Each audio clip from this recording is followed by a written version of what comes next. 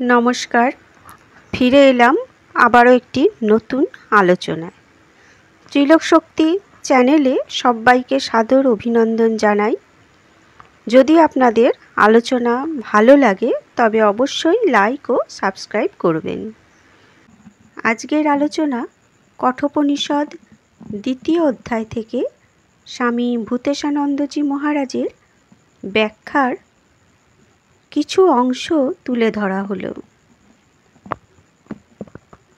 স্বামী ব্রহ্মানন্দজি বলেছিলেন, সাধকের শরীর অতিশয় যত্ন করে রাখতে হয়।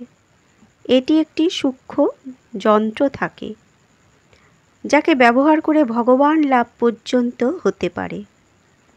এতদূর অবধি শরীরের উপযোগিতা আছে।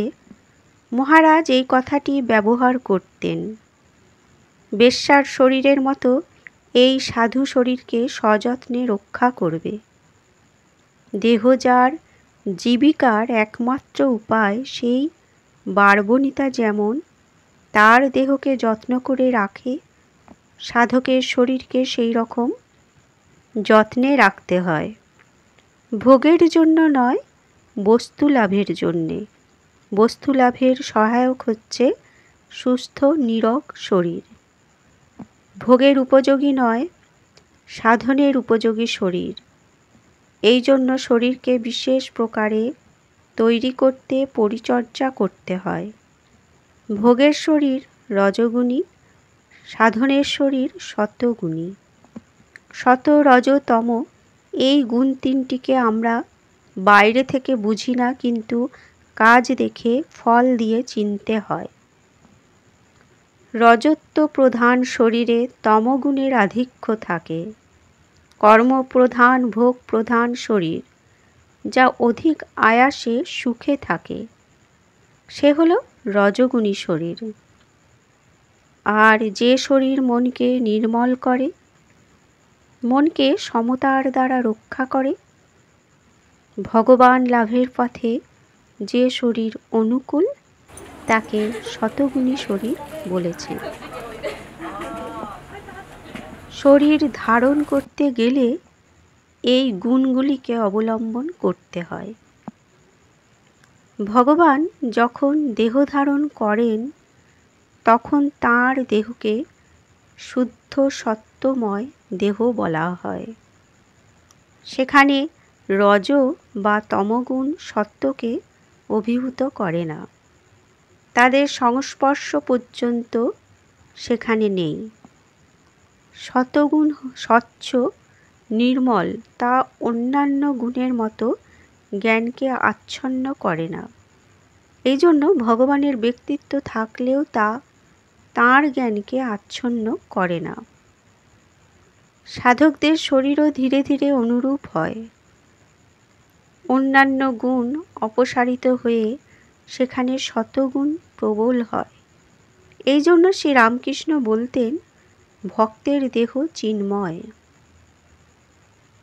সেখানে শুদ্ধ সত্ত্বগুণ থাকায় তা চৈতন্যকে আবৃত করে না। এই যে শরীর, যা আমাদের একটা অপূর্ব সুযোগ দিয়েছে, এই জন্ম মৃত্যুর প্রবাহের হাত থেকে নিষ্কৃতি পাবার উপায় আত্মজ্ঞান লাভের চেষ্টা করতে, সেই শরীর থাকতে থাকতে তার সদুপযোগ করা দরকার।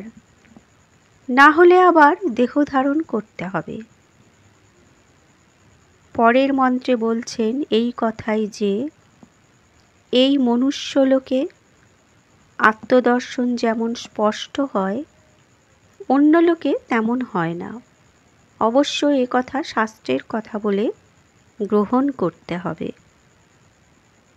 প্রমাণ করবার কোনো উপায় নেই।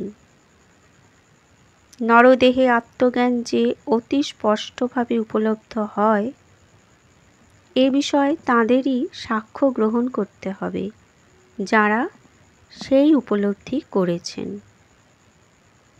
অন্যান্য লোকে কী রকম উপলব্ধি হয়, সেটি শাস্ত্রের সিদ্ধান্ত অনুসরণ করে জানতে হবে। কারণ সেক্ষেত্রে পরীক্ষা করে দেখবার অবকাশ নেই। সুতরাং আমাদের শাস্ত্রের সিদ্ধান্ত মেনে নিয়ে এগোতে হয়।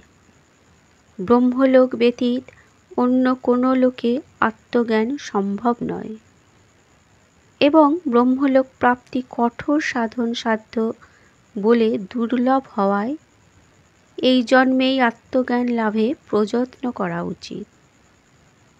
সেই জন্য অন্যান্য লোকে আত্মজ্ঞান অস্পষ্ট, নরলোকে স্পষ্ট। বন্ধুরা, আজকের এই আলোচনা পর্ব এখানেই শেষ করলাম। ধন্যবাদ।